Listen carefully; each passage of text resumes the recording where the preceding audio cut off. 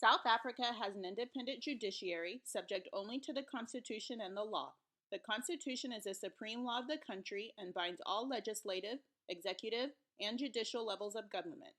The Constitution provides for several courts, including the Constitutional Court, Supreme Court of Appeals, High Courts, Magistrates' Courts, and any other recognized court, such as income tax courts, the labor court, military courts, and different tribal courts.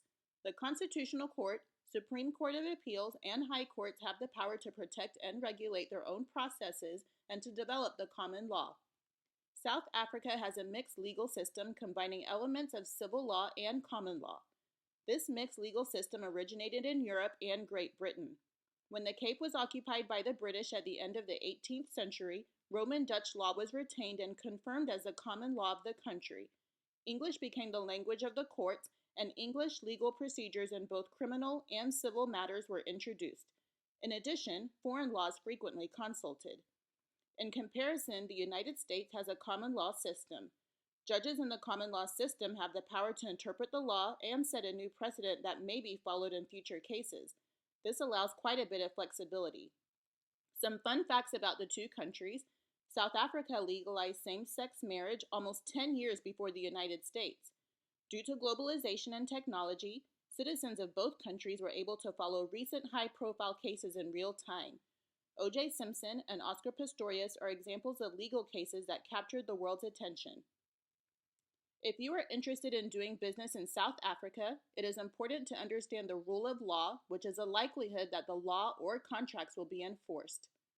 Over the past decade, South Africa has ranged from 0.03 to 0.24 with a global rank of 53, while the U.S. has ranged from 1.53 to 1.63 with a global rank of 18. Other worldwide governance indicators such as political stability and control of corruption are important to those who may want to do business in South Africa. The political stability measures perceptions of the likelihood of political instability or politically motivated violence, with a recent score of -0.2, while the U.S. received a score of 0.7. The control of corruption score captures the perceptions of the extent to which public power is used for private gain. Most recently, South Africa had a score of 0, while the U.S. had a score of 1.4. The ease of enforcing commercial contracts is on the lower end with a rank of 113 compared to 20 for the U.S. Data also shows that South Africa is weaker in existing bankruptcy law and is slower at resolving insolvency than the U.S.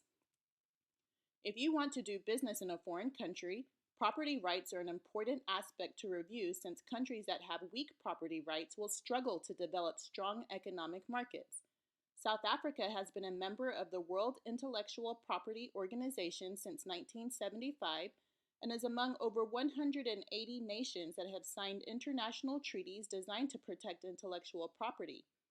Although the U.S. is ranked first worldwide, South Africa remains the first ranked among those countries in the African region in terms of protecting intellectual property and is ranked 20th overall.